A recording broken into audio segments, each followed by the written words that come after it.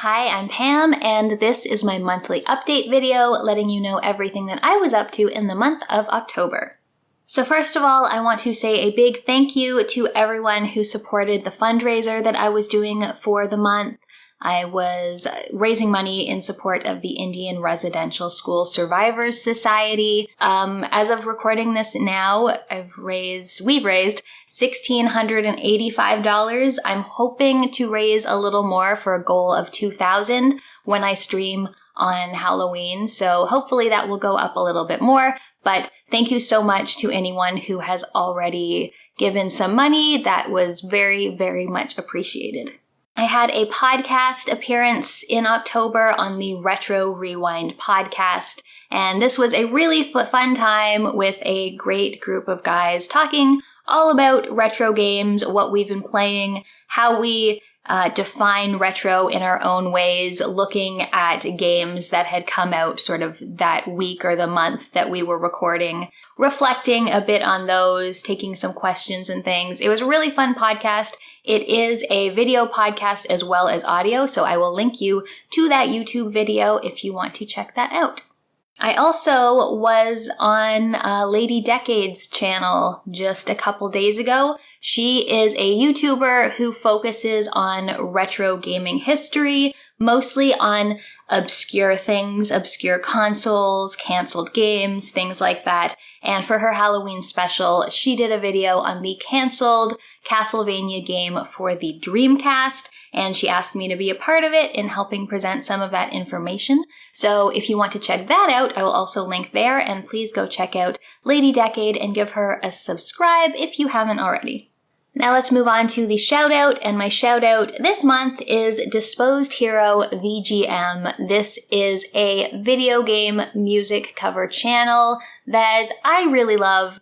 It focuses on electric guitar, sometimes acoustic guitar, covers of classic games, and occasionally a modern game will slip in there as well. They're all very sort of rock-heavy themes, a lot of battle themes, which really goes really well with the instrumentation. The most recent one was a really good one from Final Fantasy VII, the Bizarro Sephiroth theme, which I really liked. There's also a bit of a different take on Ori and the Blind Forest. I think the song is called Restoring the Light, Facing the Dark, which Ori has a very sort of classical score, so it's really cool to hear that brought to life with electric guitars instead. And I think my favorite cover on the entire channel is Primal Eyes from Parasite Eve. That's one of my favorite game soundtracks, and this is an arrangement that includes not just guitar, but also bass and piano, and it's just really, really excellently done. So if you are into more of the rock-styled video game covers, then definitely go check out DisposedHeroVGM.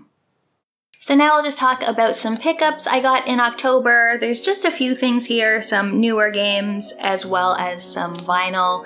First thing is Phoenix Point.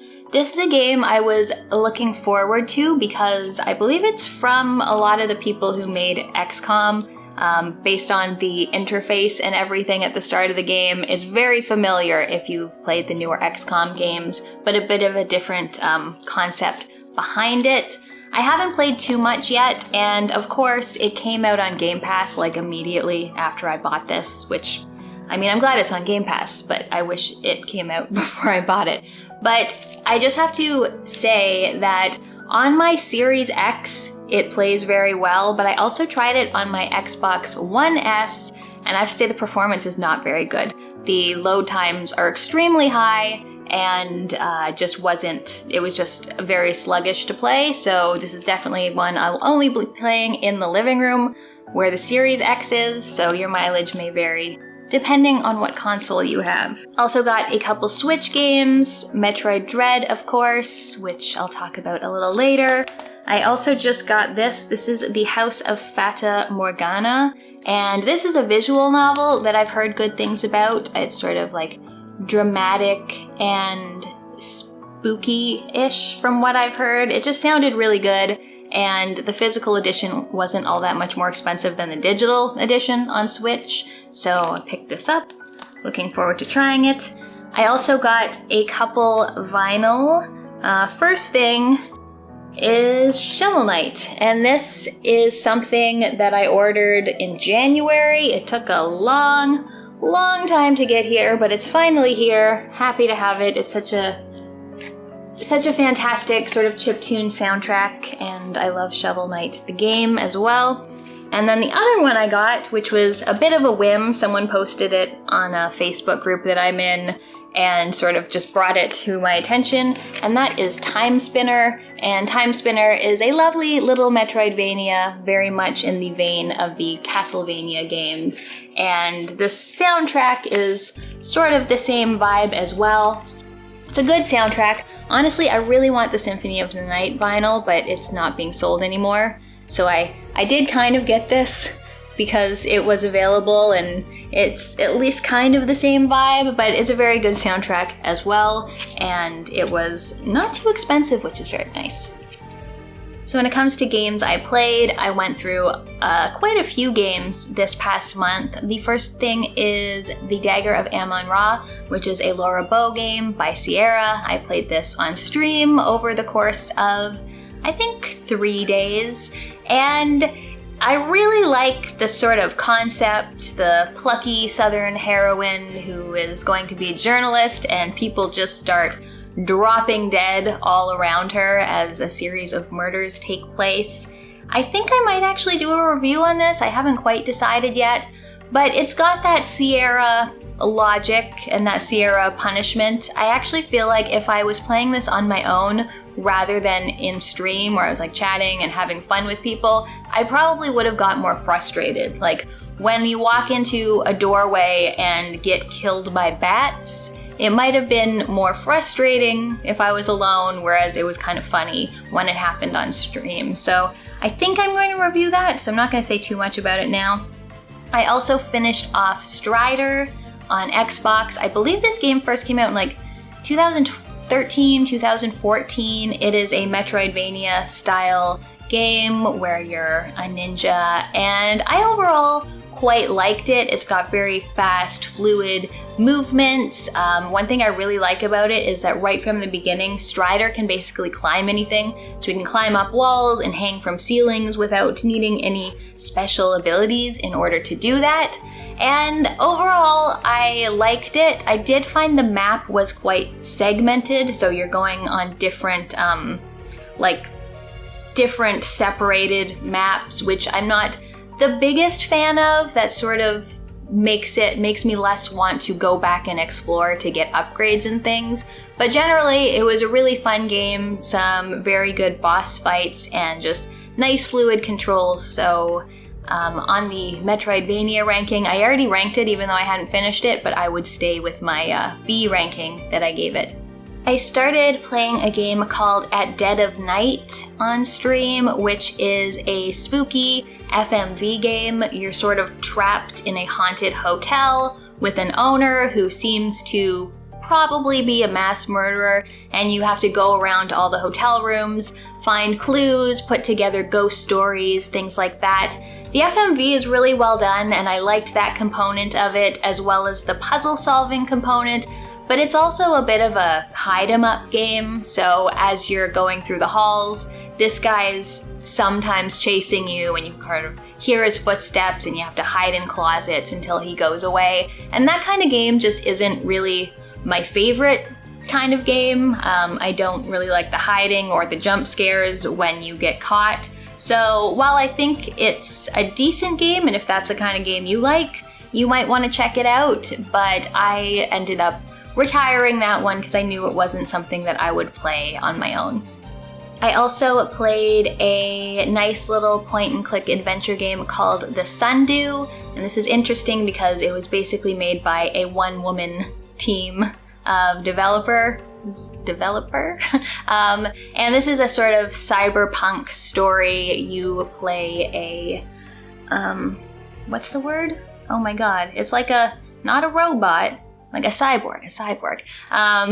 And you are a detective, and you're going after, you start out as sort of a regular day, and things just, you go down some rabbit holes finding out about various conspiracies conspiracies and things, the sort of thing you would expect in a cyberpunk type of game. It's interesting because there are multiple endings and there is some like character development kind of stuff that you can do.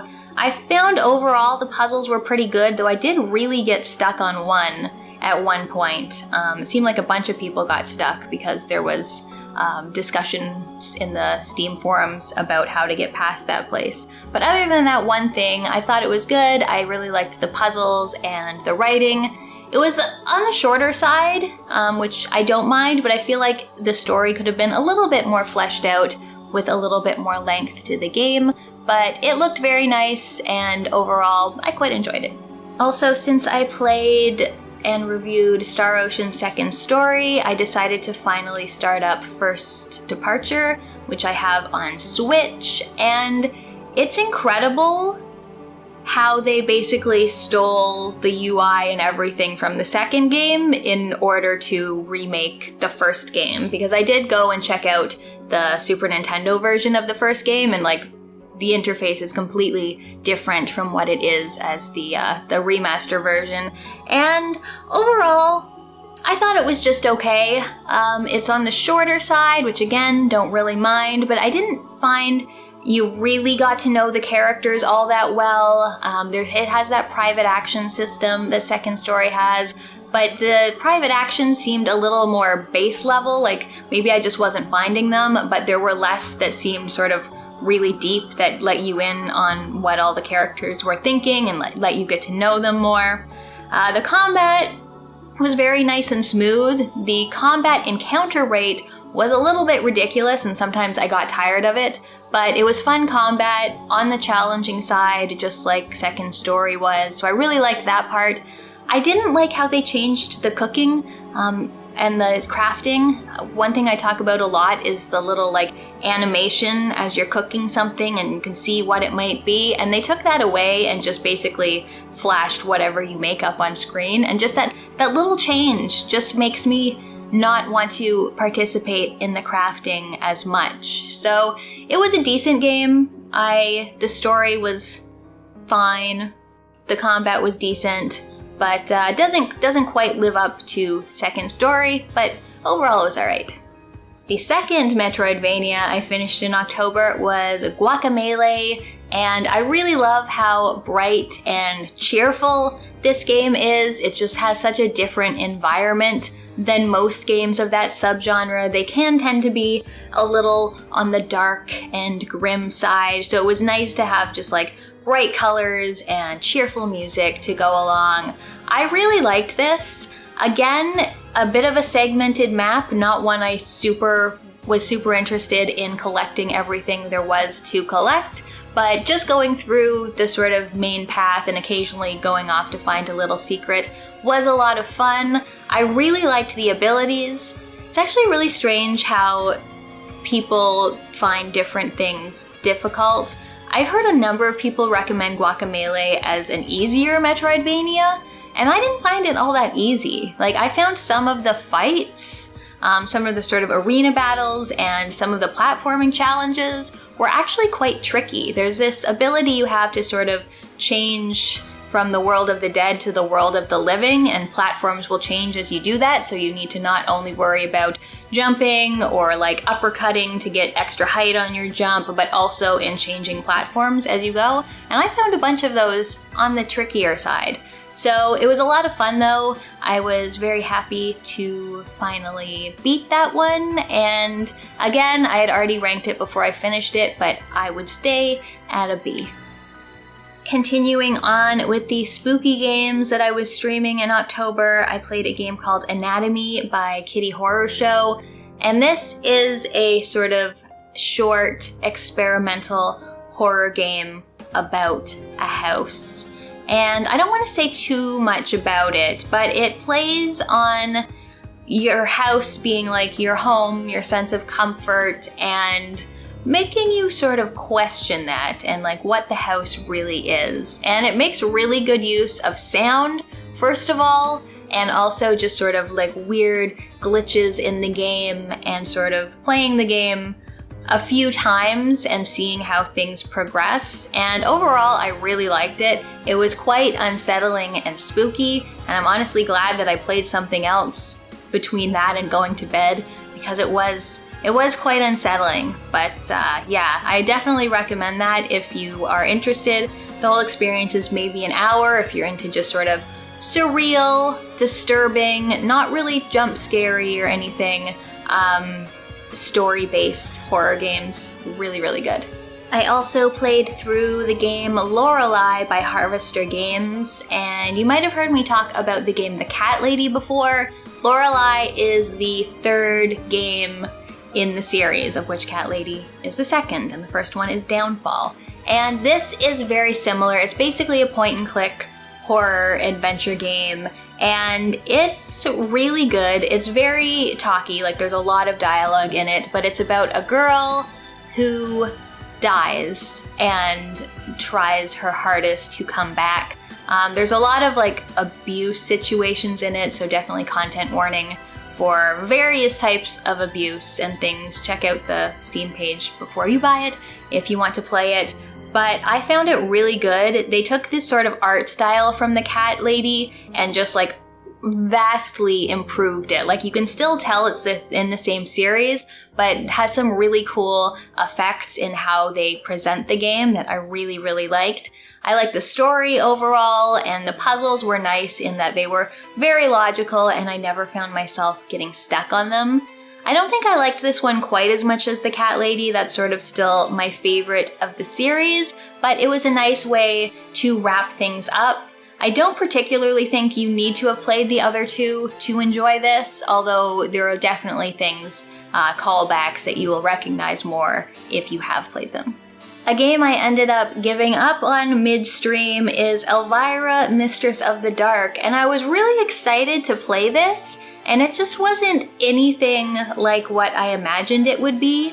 It feels like they took one of the old school 3D dungeon crawlers, like an Eye of the Beholder or something, and kind of just pushed Elvira into it once they, realized they had the license for it or something. The combat was just, I couldn't figure out how to do the combat. It just seemed like random clicking on things as I went. It was sort of hard to navigate the game, just all the doors kind of look the same, and there's guards in combat behind most of them. And yeah, it just really wasn't doing it for me, so I only played maybe 45 minutes of that before giving up on it. And of course, I played Metroid Dread. It's the third Metroidvania I finished in October, and I thought it was just okay. Some people on the internet are mad that I have that opinion, but I have a whole video on it. It's a rather long one, it's sort of an unscripted one, but I'm pretty happy with how it turned out, even if other people aren't. But check out that video if you want to. My sort of summary of my thoughts are, there were some really good things, like the movement, the controls, the abilities were all a lot of fun. It was really fun to control Samus as she went through this world. The boss fights were challenging, but really, really good and satisfying. But it let me down when it came to the map. The game manages to be both quite convoluted and very linear. Like the game is constantly pushing you forward into a certain path and like blocking the paths behind you, so you can't really do much exploring until the very end of the game. And I am someone who sort of places the combat and the exploration pretty much equally when it comes to this genre, so the combat wasn't enough to make up for how disappointing I thought the map was. And the other thing is the Emmys, which are these sort of sections where you just have to run away from them until you find a weapon who can kill them, and they're just kind of repetitive, and I found them frustrating and a bad addition to the game. So yeah, my thoughts were overall that it was just an okay game, but you can check out that video if you want to hear everything I have to say about it. And last but certainly not least, I played the game Inscryption. I had streamed the demo of it last month, but it came out on October 19th. It is by Daniel Mullins Games, and he's made a few games that I've really loved, Pony Island and the Hex. And this is really good. It is a roguelike deck builder. And honestly, I don't want to say too much about it because the surprises in this game are part of the delight in it. But if you've played other Daniel Mullins games, you probably know what to expect. If you haven't, I will just say there is more to this game than it appears. So it's not going to be just sitting down at the board and playing the card game for the entire game. So it was really cool. Even from the beginning, you can sort of get up from the table and walk around the room you're in, and there's sort of like escape room type puzzles. It's got this really fantastic sort of spooky, eerie atmosphere. Like, it's not really a horror game, but it has that like really creepy factor, like you don't know quite what's going on, or, you know, if there's nefarious things out there making you play this game. So I thought it was fantastic. I enjoyed it the whole way through. I definitely recommend it. It is a card-based game, so you sort of have to be into those, and the more you know about card-based games, probably the more you're going to appreciate what the game does. But it was very much fun, and will probably end up on my top 10 of the year. But yes, Inscryption, excellent. All right, have you been able to hear Lily snoring beside me all time? I've got both animals here. But that's enough for this video. That's everything that I was up to in the month of October. Don't forget to go check out DisposedHeroVGM if you are into video game covers that feature electric guitars. It's a very good channel. Let me know in the comments what you were playing in October, if you got any interesting pickups, and thank you so much for watching. I'll see you next time.